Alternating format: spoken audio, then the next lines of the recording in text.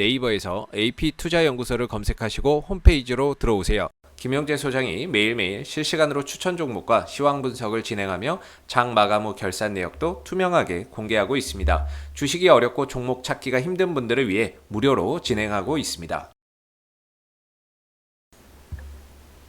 안녕하세요. 오늘 엔디포스를 함께 살펴볼 AP투자연구소의 이세훈 전략팀장입니다. 코드번호 238090번이 되겠고요. 현재 시각은 5월 18일 1시 15분을 지나가고 있는 시점이 되겠습니다. 현재 엔디포스 0.76%의 소폭 하락 흐름들을 보여주고 있는데요. 엔디포스는 현재 진단키트 관련 산업과 동시에 이제 방수 테이프를 개발해서 삼성전자와 애플에 공급을 하고 있는 회사가 되겠는데요. 작년 이제 코로나 확산 속에서 이 종목이 이제 진단키트 관련 부분들, 사업적인 부분들이 부각이 되면서 주가나 이런 부분들이 크게 상승 흐름들을 보였다가 이후에 이제 가격 조정과 함께 기간 조정 흐름 속에서 최근에서야 다시 한 번 더 강한 이제 반등과 상승 흐름들을 보이면서 역배열에서 다시 좀 정배열로 방향이 바뀌고 있는 그런 상황을 좀 보여주고 있는데, 최근에 주가나 이런 부분들이 상한가를 좀 기록을 할 수 있었던 부분은 이 회사의 이제 자회사들이 몇 개가 있죠. 대표적으로 뭐 큐어바이오라든지 그다음 레아스, 네오TX 이런 이제 계열사들, 자회사들의 지분을 큐어바이오의 63%, 레아스의 지분 57%, 그다음 네오TX의 지분 24%를 현재 이제 보유를 하고 있는 상황이 되겠죠. 이 네오TX가 이번에 미 FDA로부터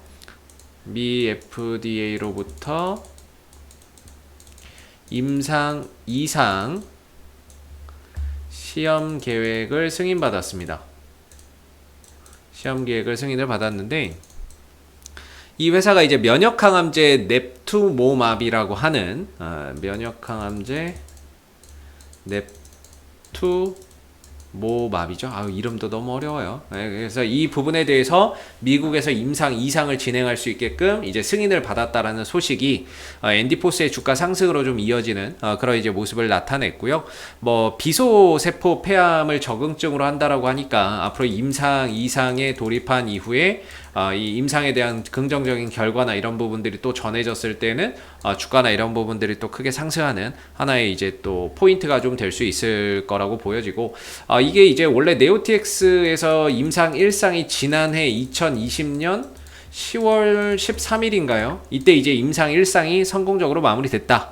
성공적으로 됐다라고 해서 이제 호재가 부각이 됐었고, 그래서 이때 급등이 나왔던 거죠.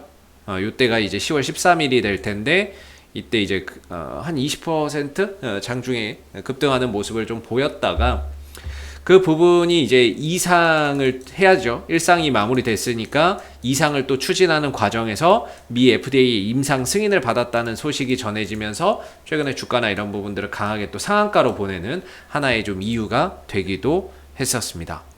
뭐 이 밖에도 이제 큐어바이오 같은 경우에는 지금 이제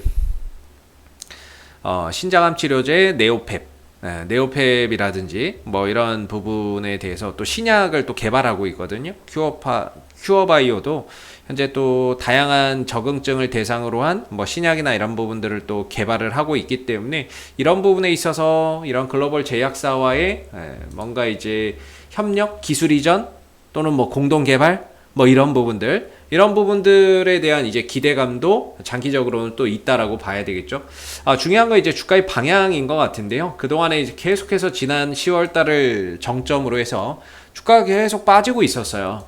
빠지고 있었고, 이 과정 속에서도 앞서서 말씀드렸던 그런 내용들, 이 종목이 가지고 있는 기업의 그 호재들 여전히 존재했던 거죠. 근데 주가 방향 자체가 하방이었기 때문에 호재가 있어도 강한 반응 자체를 할 수 없었다면, 이제는 그 하락을 마무리하고 방향을 전환하는 시점에서 거래량과 함께 호재가 붙으면서 하락을 상승으로 또는 역배열을 정배열로 돌리는 가운데, 현재 같은 경우에는 호재나 이런 부분들이 붙으면 주가나 이런 부분들이 연속성을 가지고 탄력을 보일 수 있는 그런 이제 기술적인 방향을 잘 갖추고 있다라는 생각이 듭니다. 최근에 바닥 대비해서 한 2배 이상 급등 이후에 가격 조정과 기간 조정을 보여줬었는데요. 이 흐름에서 뭐 조정 시에는 거래량이 크게 나오지 않는 가운데 하락했던 부분이라서, 개인적으로 거래 없이 이렇게 하락하는 부분들은 어느 정도 주가가 하락이 좀 멈추고 저점을 좀 확인하게 되면 자연스럽게 회복을 통해서 낙폭이나 이런 것들을 만회를 해준다라고 저는 보고 있습니다. 그랬을 때 이제 두 가지 측면에서 바닥을 조정을 받을 때 두 가지 측면에서 이제 바닥을 하나 확인하게 되는데, 개인적으로는 일단은 종가상으로 5일선이 회복될 때를 바닥의 하나의 시그널로 볼 수가 있겠고, 단기적인 바닥에 대한 시그널. 또 하나는 뭐냐면 RSI 상대 강도 지수가 30m로 떨어졌을 때 과매도 영역이기 때문에 반등에 대한 가능성이 높다. 저는 개인적으로 이 두 가지 측면에서 기술적인 저점을 조금 예측하는 부분이거든요. 근데 RSI가 현재 50 정도의 위치를 해 있습니다. 그렇기 때문에 이 부분에서는 바닥의 신호가 지금은 나오지는 않고 있다라고 볼 수가 있겠고, 다만 이제 종가가 5일선, 이게 5일선이죠. 5일선이 한 2주 정도 계속 흘러내리다가 지금 5일선 위로 종가가 올라섰죠. 그러면서 단기적인 방향성이 하락에서 상방으로 전환이 좀 되고 있는 부분이기 때문에 앞으로 한 5,000원대 정도를 기점으로 해서 어느 정도 주가의 기술적인 지지 라인이 확보가 좀 되는 게 아닌가라는 한편에 또 기대를 갖게 만드는 부분입니다. 즉 조정을 한 5,000원 선에서 마무리를 하고 그동안의 하락을 만회해주기 위한 반등이나 이런 부분들이 출현될 가능성을 점진적으로 좀 기대해 볼 수 있는 게 아닌가 싶고, 이 종목의 이제 실적을 한번 보시게 되면 지난 엔디포스의 실적이 상당히 좋게 잘 나왔어요. 이렇게 좀 잘 나올 수 있었던 부분들은 작년에 영업이익이나 순이익적인 부분에서 큰 이렇게 흑자 전환을 좀 할 수 있었던 거는 진단키트 부분에 있어서의 성과, 그리고 아까 말씀드렸던 이 방수 테이프에 대한 선전으로 인해서 전반적으로 작년 안에 또 실적이 흑자로 좀 전환되는 그런 이제 계기가 있었습니다. 근데 이번 1분기 실적은 사실 좀 적자를 기록을 했거든요. 1분기 실적은 영업이익이 10억 정도 또 적자를 했고, 당기순이익이나 이런 부분들은 또 흑자를 기록을 했어요. 그래서 전반적으로 이번 1분기 실적은 상당히 좀 부진한 그런 이제 부분들을 나타냈는데, 그럼에도 주가나 이런 부분들이 크게 뭐 영향을 받지는 않는 것 같습니다. 어느 정도 주가의 위치도 떨어질 만큼 좀 떨어진 그런 이제 구간이라고 볼 수 있고, 하락을 마무리하고 반등으로 좀 돌아나가고 있는 그런 이제 초입 구간에 좀 있는 가운데 이평선들을 다 수렴을 해놓고 있는 것 같거든요. 그래서 저는 개인적으로 한 5,000원대 정도를 기점으로 해서는 추가적인 하락보다는 이제는 반등에 대한 가능성을 높게 평가해보고 기대해볼 수 있는 자리라고 생각이 들고, 여기서 이제 올라갈 때 어떤 뉴스가 붙느냐가 되게 중요하겠지만, 뭔가 기술적으로 주가가 상승을 한다라고 했을 때는 저는 한 6,100원? 6,100원에서 6,200원 정도? 이 정도까지는 그래도 반등이나 이런 상승 흐름들을 가져나갈 수 있는 여지는 충분하게 있다라고 보고 있습니다. 기술적으로도 어느 정도 바닥을 좀 찍는 자리가 되는 것 같고요. 올라가더라도 올라갈 수 있는 공간적인 여유가 충분히 좀 있는 그런 이제 기술적인 흐름을 그려가고 있는 것 같고, 지난번에 이제 투신 쪽에서 어제 투신 쪽에서 한 9만 주 정도의 매수가 들어왔거든요. 9만 주 정도의 매수가 들어왔는데, 물론 여기에 들어오는 투신의 수급은 대부분 다 단타입니다. 오랜 기간 머무르지 않고 짧게 치고 빠지는 단타의 수급이 좀 들어오고 있는 상황인데요. 어제 이제 흐름에서 9만 주 정도가 들어왔는데, 그게 오늘 뭐 바로 좀 빠져나갈 수도 있고, 아니면은 어제에 이어서 오늘도 또 매수에 가담할 수도 있고, 뭐 아니면 그냥 오늘은 관망을 할 수도 있는 부분들인데, 일단은 투신 쪽에서 9만 주가 좀 들어왔다라는 거, 그런 부분에 있어서 우리가 투신의 수급이 나가기 전까지는 그래도 추가적인 상승에 대한 하나의 포인트로서 긍정적으로 바라볼 필요는 있지 않나라는 생각이 듭니다. 이전에도 투신들은 4만 주 들어오고 얼마 안 있어서 나가고 이런 모습을 많이 보였거든요. 13,000주 들어오고 다음날 나가고, 거의 뭐 단타죠. 외국인도 거의 단타입니다.